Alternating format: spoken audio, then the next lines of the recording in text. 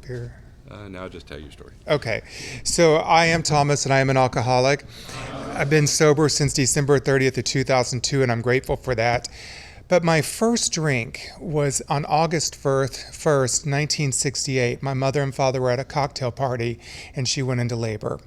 And they took her to the hospital, and she and my aunt sat there smoking Pall Mall unfiltered cigarettes. I imagine they were pulling the tobacco off their tongue. And on the August 4th, they told her that she needed to push or they were going to pull me out. And so she pushed, and there I was. My grandfather had told her father had told her that he wanted 2.5 children and a boy and a girl. I'm oldest, and my brother's younger, and so I guess I'm that girl that he longed for. And I did not disappoint, and I was the apple of his eye. Those 3 days, she and my aunt sat there smoking Pall Mall cigarettes and drinking vodka. And when I was finally delivered, my grandparents on her side picked me up and took me to their house. And so that really set up the relationship with the family, the dynamics, and definitely which side of the family I stayed on. And I just... that love that I received from them was amazing. And my other grandparents too, just to get them, into this, they were a little bit wilder. They came from the other side of the tracks. He was my grandfather, which was an amazing man, and my grandmother was hysterical because she was always depressed, but I don't think they had it called it clinical depression.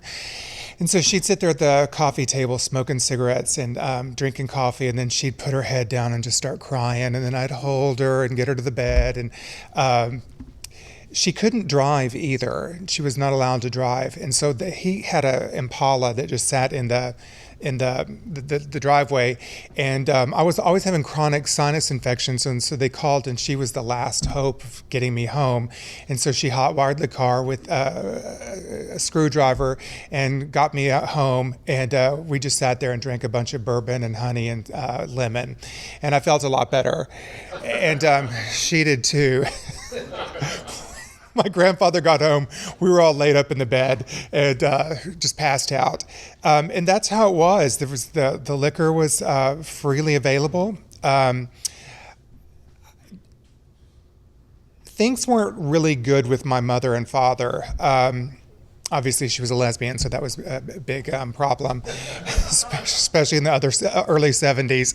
And they were big in the rodeo, and they had horses and with a little boat on Lake Ray Hubbard. And they would just drink, and they'd have a drink, and I'd pick up their beer and drink after them. They were into the rodeo, and I had a pony, and all the cowboys would leave their little cans on the post, and I'd just go and drink and drink and drink. And I'm like 4, maybe 5 years old. And I don't remember, my dad told me that I was supposed to just go out and take a loop around and come back, but they opened the gate and I just fell off the horse with my head in the sand. And my dad said, is he okay? And the announcer said, he's drunk. There were some fun times. We lived in a house over on St. Francis, and things started to kind of just go weird. I'm 3 years old, and it was just the small things that you remember, like hovering around the TV, watching all these helicopters take up from Vietnam. That was a great day. And then I wanted to fly. I always wanted to fly, and I had this swing set, and of course, my brother couldn't push me, so I would just swing and swing and then just fling myself trying to get over that fence because there was a creek. And if I got in the creek, then I could run away to the lake and then somehow find my grandparents. I was always running. And let's see, the guns that doesn't matter. But we moved to Rowlett, and they had a little farm with some horses again. And I just remember it was kind of chaotic, like they took care of me, but they didn't take care of my little brother. And so, I would have to bathe him. I'm 4 and he's 3. And I remember just one time, like there were just all this chaos in the house, and there was just all this stuff going on in the kitchen. And I said, what's going on? And they were like, the widow's coming to dinner. And I was like, And so this woman that spoke very little English and only spoke Russian, she and her kids came, and I just was intrigued by this. And they kept calling her the widow. And later I said, who was the widow? And they said, Marie Oswald. And I was like, Marina Oswald. And I was like, why was the assassin's wife at dinner? And they said, we felt sorry for her. And so it was just things like that that just don't normally happen in a family or anywhere. Assassin's widow. And so things got really bad, especially with my mother and my little brother. He got the brunt of everything. One day he was crying and he wouldn't shut up, and she picked up a big bullwhip and whoosh, and split his head open from across the room. And it was right after that that they got divorced, which was probably a good thing. She moved in with Kay, and he wanted to be a swinging bachelor, but he's got these two little kids. And so we moved into the city and lived at the Village Apartments when it was only adults. And so he had to sneak us in and out, and we had a Corvette, and he'd push us down on the floor and put a blanket over us, and then when we got there, he'd take us upstairs. But he didn't know that there were other kids living in the complex, and so we were all down there, and I loved The Exorcist. I thought that was a great, great movie. And I'm 5 years old in kindergarten, and so the kids were down at the creek, and I was throwing water on them. In the name of Christ, get out, and just splashing people. My dad drives by and sees all this going on, and he was like, what are you doing? I said, exorcisms. And so he married my mom, my stepmom, and they were young and they liked to party. And, at 5 years old, 6 years old, I'm like the babysitter for my little brother. And I needed a drink bad. And so, at Christmas, I was going to the canners and pouring little drinks because I was always the bartender at 5 years old. And I got really, really sick with alcohol poisoning, and they kind of let up a little bit on monitoring the liquor. And then it was kind of like the lost years. He remarried, and we moved out to a little unincorporated part of town on the Mesquite Community Golf Course between Dallas, Garland, and Mesquite. It was just no man's land. And no one was around. It was the mid 70s, and Deep Throat and all that kind of stuff. And the porn was readily available. The alcohol was readily available. And there was just all these kids, and we were just wild as shit because there was no adult anywhere 365 days of the year. And so we partied, and then a drug dealer moved in and he sold marijuana, and we would pool our money together to buy a little dime bag, and we'd sit there and get high. And my dad came home one day, and I was just laying on the kitchen floor and just passed out, or just kind of cognizant. And he said, "Son, what's wrong with you?" And I said, "I'm high." And I'm like 9 years old. And he called my stepmom, and she was just like, "What are we going to do about him?" They did nothing. And so they just said, "Don't do that again." And that's about childhood and adolescence. In high school, I went to North Mesquite High School, and I had a really high-pitched voice, and I was kind of a little plump. And my dad had seen this movie called Blue Lagoon, and so he permed my hair and bleached it white and sent me to a Mesquite high school, and that didn't go over very well. And but I was a good fighter, and the quarterback one time, he and some guys came up and confronted me, and I just picked him up by the neck and slammed him into the locker, and he broke his wrist and couldn't play that week. So that kind of established that I wasn't someone. The other thing too is like, I wasn't gay or straight or whatever, but they knew that I was back there behind the theater making out with these girls, snorting poppers and drinking. And they were like, they won't do that with us. And then I became kind of like a hero that I was getting their girlfriends and they were getting nothing. And things got really bad at home, mainly with my brother and my stepmother. I was just hands off. For some reason, they never disciplined me, but my brother did get the discipline. And then one day I just spent the summer with my grandparents. I said, I'm not going back anymore. I'm going to stay here. And so My grandfather called him and said, "We're going to adopt him, and if you fight us, we'll fight you in court." And he goes, "All right, you can have him." And that really changed the trajectory of my life for a little while. I went to Woodrow Wilson High School, and I excelled in everything, and somehow graduated in the top 10% of the class, and which means nothing because there were only 200 of us. And I got accepted to SMU, and my grandfather was like, "That's great, you can commute to school and take the bus." And I'm like, "I'll go to North Texas." And so they dropped me off at North Texas, and the first night, I'd picked up some girl, and we were up in the dorm room, and we were just, making a lot of noise on many levels. And the RA came over and was like, "It's after visitation hours, and so she needs to leave." And they moved me to another dorm across campus, and it was the music and drama dorm, and there was no air conditioning. It was all hot and everything. But I walk in there, and I was like just pissed that I was there. And then I look around, and there's all these queers, and I'm just like, wow, this is kind of fun.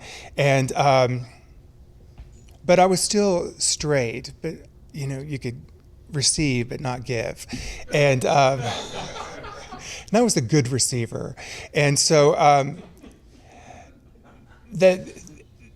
the alcohol became so bad that they'd have to take me and put me in the shower, and it was so bad that they moved me to the all-male ROTC dorm. Now, I wasn't opposed to that. I mean, there was a lot of hot guys in Army uniforms, and football players too.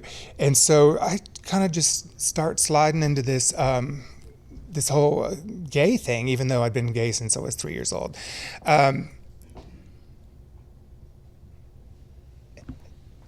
I was really involved in school activities, chairman of the police review boards later,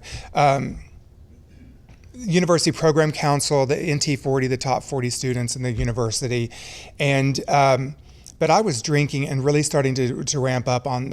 It was the Start Club was open, and it was just I had really blonde bleached hair, and it was real tall, and I had Aquanet it, and these short, and I'd go in there doing high kicks and I just thought I'm not kidding you, penny loafers with knee-high socks, and it was just, that was my get up, and it was just changing. It was just the same thing all the time.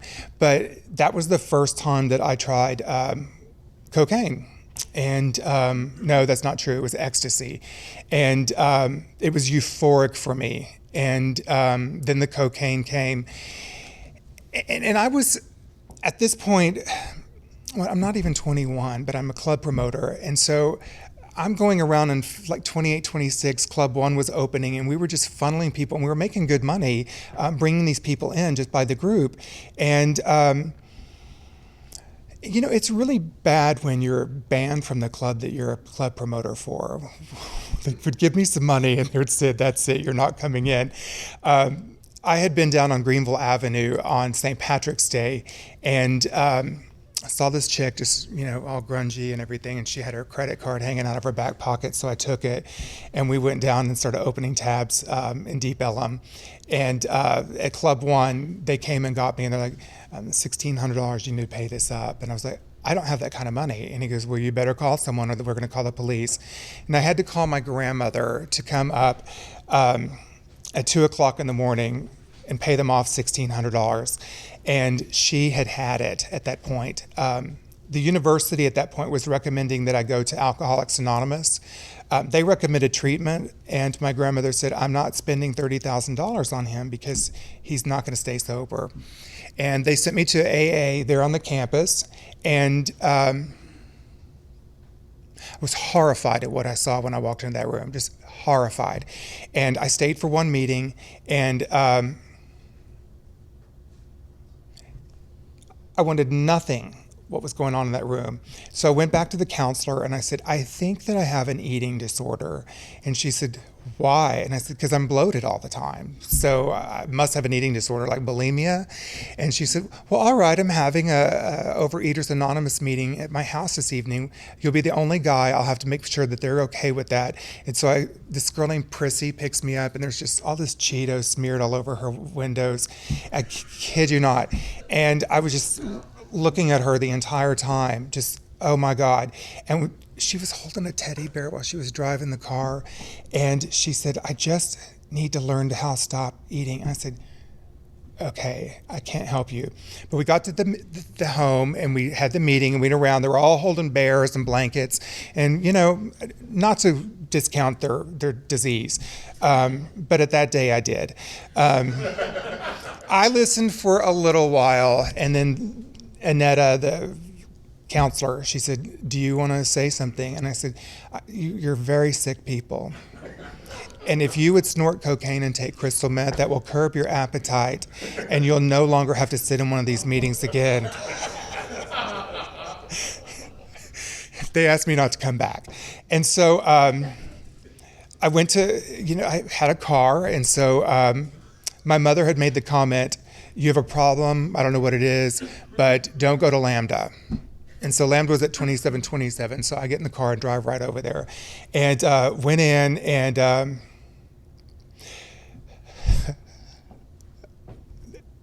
was sitting next to this guy named Gary G., who's still my very good friend, and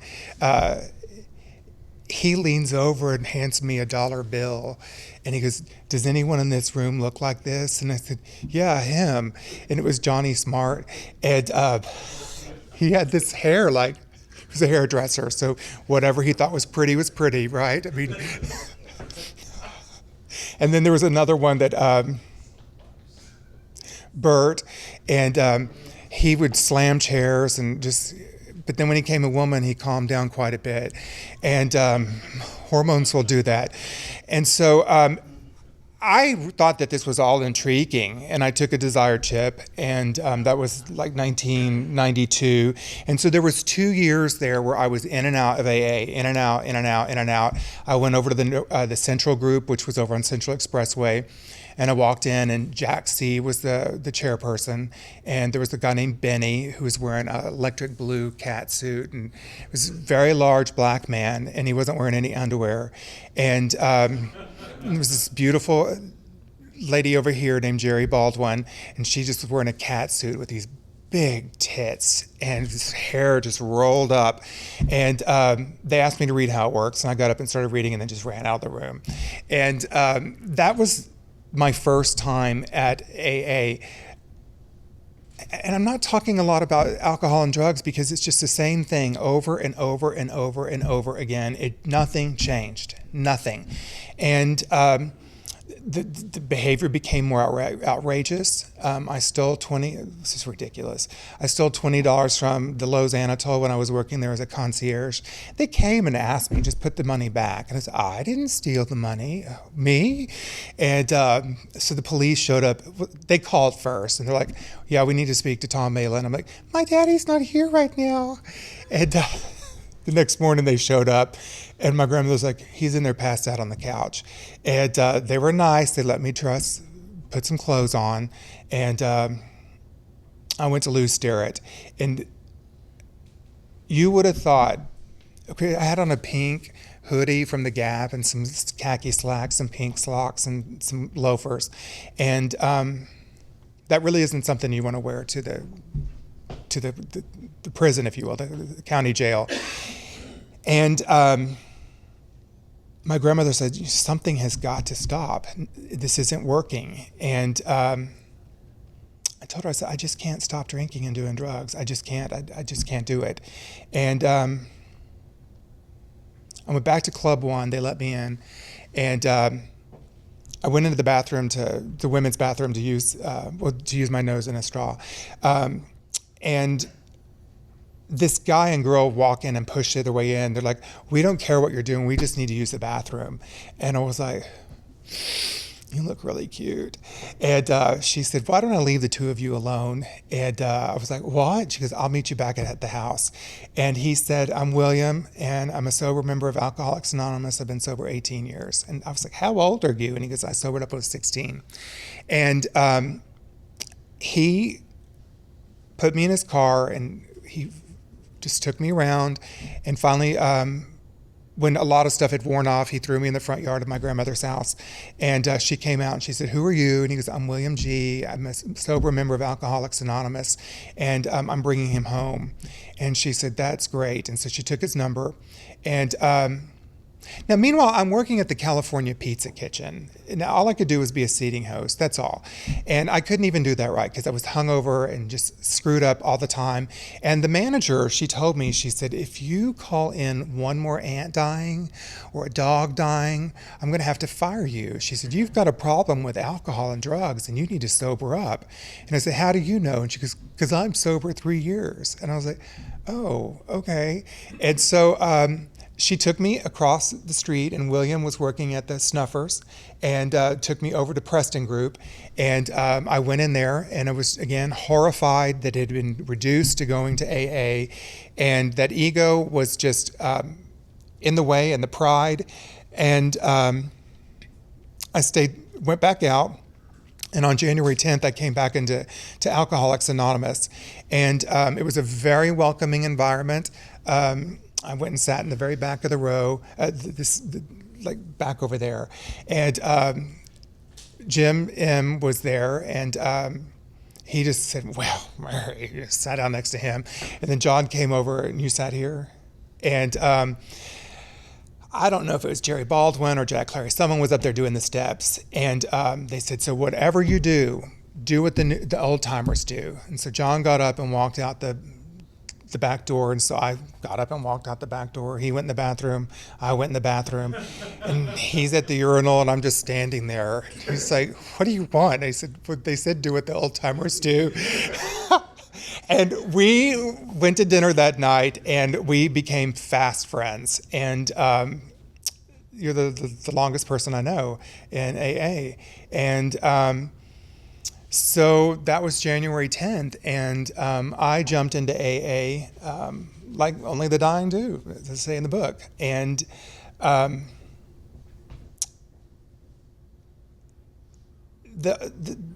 the newcomers' room, it was so wild back then. It really was. I mean, we're all pretty tame, but these people were wild. Bruce would come in, and he'd be wearing like a slinky, all-chain outfit, and just slip down, and all that racket would go on with the chains hitting the chair. And there was Benny is back in there. Roger E. was, he was so over the top. The chairs would still fly. The funny thing is we could smoke in a meeting then, but they decided that it was going to be like half the room could smoke and half the room couldn't smoke. And so all these people on this side of the room would smoke, and the air would just come over here. And so the non-smokers put fans to blow it back that way, which just caused it to circle even more. And but so I'm at this newcomers meeting, and the guy's chairing, and we were talking about sponsorship, and he was just, a sponsor does this, a sponsor does that, the sponsor does not do this, I'm not a bank. And he said, is anyone looking for a sponsor? And above him is this owl, and it's like sticking his head out like a piece of wood or a tree, and it says, will you be my sponsor? And so I'm like, ooh, will you be my sponsor? And after the meeting, I asked him to be my sponsor. And he said, well, why don't you just call me? Well, he didn't tell me how many times not to call. He just said, just call me. And so I was working at the Crescent Court Hotel, and, I just would start calling 10, 15, 20 times a day. And he entertained that for a while. And then one day I called, and he goes, stop, shut up. My mother just died. And I was like, oh my God. That was my first lesson in humility. And then at that point, I became a little bit more receptive to not being so self-centered. And so it came time for that first inventory. looking back, it probably wasn't as detrimental as I thought it was. And when we got into the sex inventory of it, and I just started bawling. And he was like, I've done far worse, far worse. I'm like, and he rattled off a couple things. And I'm like, And he goes, let's go get in the car and drive around. And he was driving a Ford Explorer. And we pull up, which is behind what is Equinox now. And we pull up and he just puts it in park. And he's not saying anything. He's just looking out the window. And I'm like, what are we looking for? And he goes, there he is. And I'm like, oh my God, we're stalking. And he laughs about that now. And then vicious little me, I found out where he worked. And so I went and walked through in Stanley Korshak and started going out with him. Rude. I worked the steps. I was chairing meetings. I was speaking around town. I was doing everything that you're supposed to do. But at some point, I stopped working the steps. And really all that leads up to is the inventory, the now about sex. That's the only time where it promises that we will get drunk again, if the sex relation. And I was out having sex. I mean, I'm not sober, I'm dry, and I'm just doing everything that I was doing before, but with no drugs and no alcohol. And I was at a meeting, and I was sharing, and the person next to me, she said, you may not be an alcoholic. You may need to go try some controlled drinking. And that was over on Butler Street. And I said, okay. And I had just picked up my chip and sat down, and she said that. And I had a date with someone that I shouldn't have gone out with, but I went anyway. And I got to the restaurant, and was it called Marco's, the pizza place? And so this lady's sitting there, and she goes, oh, I'll read your tarot cards if you like. And I'm like, yeah. And she's turning them on. She goes, 8 cups. 8 cups. And I said, well, I just got my 8-year chip. And she goes, no, I think you're going to have 8 cups tonight. And I said, okay. And so Craig gets there. I shouldn't have said that. My date gets there, and he says, so we're not going to do any drugs tonight. I'm like, no drugs. And he goes, okay. And I said, so you have to keep me from doing drugs. And so I said, I'll be right back. I'm going to the bathroom. And I went out the back door and across the street to whatever that place was. Whatever, it doesn't matter. It's still there. But I went in, gave the bartender some money, and he gave me 2 little big bags of something. And I went back over, and he goes, I thought you weren't going to do drugs. I said, you were supposed to keep me from doing drugs. So we went back to my apartment, and we had just some fun time. And then he said it must have not been that fun because he wanted to go to the bathhouse. So we drove over to Club One. And meanwhile, I'm so jacked up and so drunk. I don't even know where he disappeared to. But I don't know what all I had taken. But I went into cardiac arrest. And they took me to the shower and put me in cold water, and Noel was there, and I was in and out of consciousness. We talk about this, so I mean, he won't mind. He saved my life, he did, and so he sat with me for I don't know how long. The sun was coming up, and he got me back to my apartment, and Steve W. is living next door to me, and Scott R. is sleeping on my couch. Couch servicing. What is it called? Couch service. Yeah, that kind of servicing. Get off my couch. Noel stayed with me for 3 days, and Gary P. and Chris H. Came over, and they took me to Lambda over on Butler Street, and they sat me down, and again, they handed me a cup of coffee, and I couldn't even hold the coffee. I was so shaky. And remember going back the next day to Cornerstone, and Jerry, the woman with the big tits and the hair, the model, she says, "God damn, what happened to you?" I said, "Well, I went out, but I picked up my Desire chip." And she said, "You'll never make it." I said, "Why not?" She goes, "Like I told you before, the pretty ones don't make it." I was like, "You know what? Fuck you. Fuck you." And so I stayed dry for a couple years. And when she had her birthday party, when she turned 70, she said, "You know, I tricked you all those years ago." And I said, "I know, and I've never forgotten it. And I've stayed sober because of that." I think it's harder to come back in and pick up a chip. That takes a lot of courage. It's more difficult to say, "I need help. Can you help me?" And so Gary was still in town, but he said, "You know, I've already worked with you as much as I can work with you, so you need to find someone else that can help you. I'm your friend now." And so I started working the steps with the sponsor, and so difficult. It was just so difficult coming back in. It's not the same. Once I went out, that door was open, but I couldn't get back into the door. And when I did get into the door, I couldn't let you know who I was. For instance, when I was in New York City, and I was at NYU working on my master's degree, and one of my sponsees was like, "Hey, are you busy tonight?" And I said, "No, what are we going to do?" And he goes, "We're going to go to Trump Tower, and I'm going to give somebody a massage." And I'm like, "Well, what am I supposed to do?" And he goes, "Well, you give a massage too." And I said, "So a four-handed massage?" And I said, "Well, this sounds boring." He goes, "It's $400 for you and $400 for me." And I was like, "I think I could do it." And so that began a new side career. And it was fun for a while, and that's all. It was fun for a while. The big book says that the only time you get drunk is with sex. And so I moved home from New York and continued doing what I'd been doing in New York. And someone along the way said, "You've got such a great political mind. You should run for office." And I said, "Okay." And so I throw my ring into the Texas legislature campaign for District 108, which covers part of Highland Park.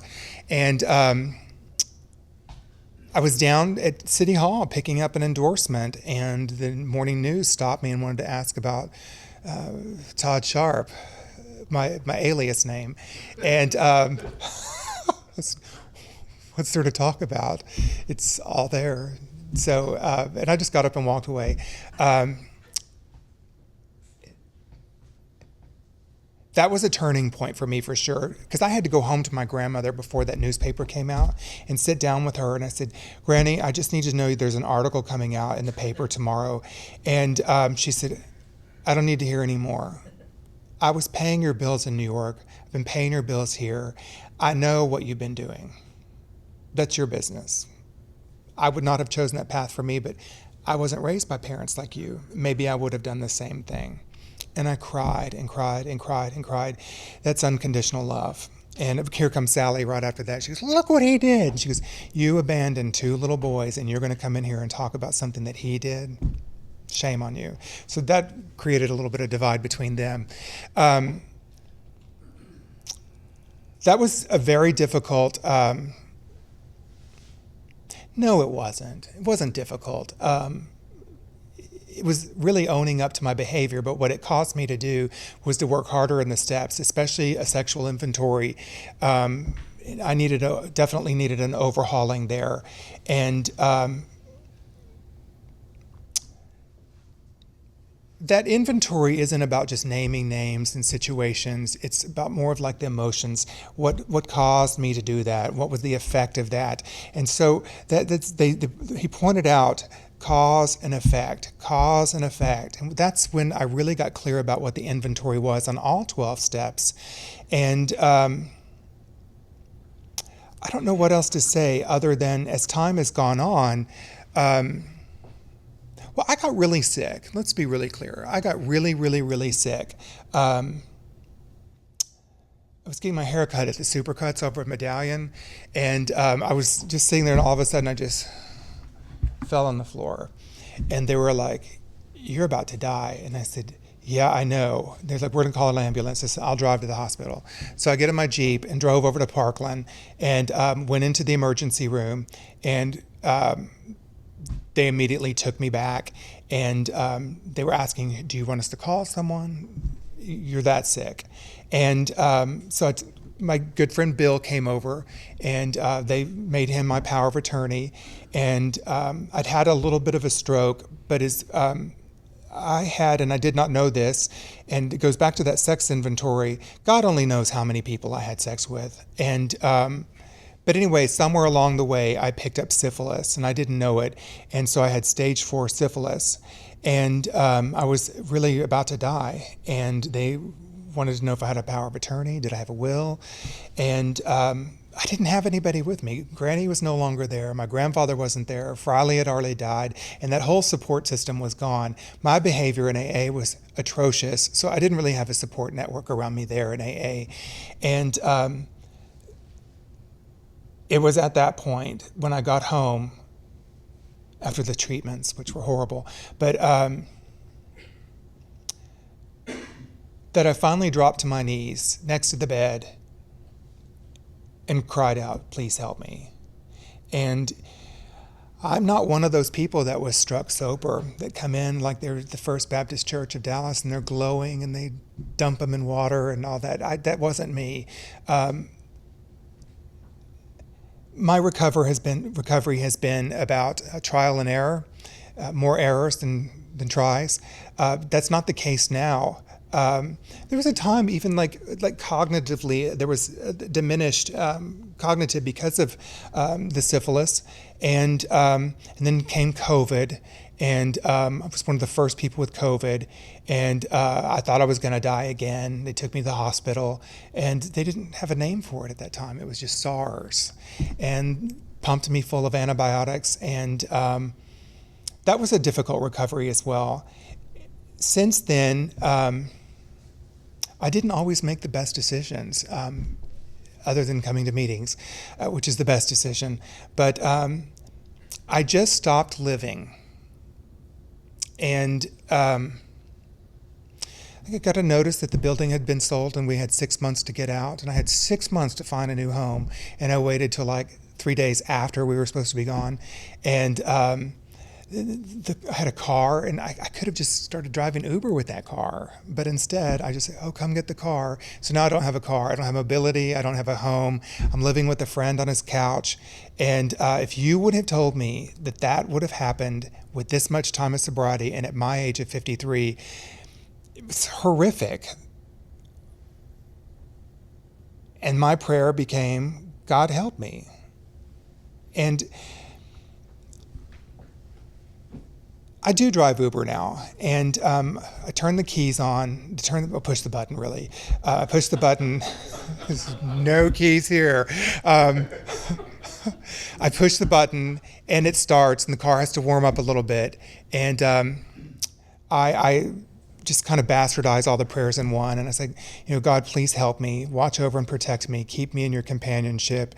And then I like to say, "Under your eye," even though it's not like The Handmaid's Tale. There seems to be a big meeting about under your eye. And then I say the 3rd step prayer, the 7th step prayer, and the 11th step prayer. And I don't leave that parking lot until I've done all of that and gotten quiet for 3 or 4 minutes and say, "After you, sir," and just put it in drive. And whatever's supposed to happen that day, it happens. And when the day is over, I know it's over, and I go home and I go to a meeting. That's all I know what to do. I'm not a wealthy person anymore financially, but because of that prayer and quietening myself in the morning, I've developed an understanding of a higher power that's greater than I am, that can do everything that I can't do. But I listen to people in meetings and I hear what they say, and some of it is just like, okay, whatever. But a lot of it is helpful information that I can digest. And like, if he can do it, I can do it as well. And still at 18 years old, I'm still a newcomer, and I hope I never end up being an old timer. I always want to be the one that's just grasping information, bringing it in, and living life on life's term. And that's really my story. I know that it's not quite an hour, but I think I've covered enough information. Thank you.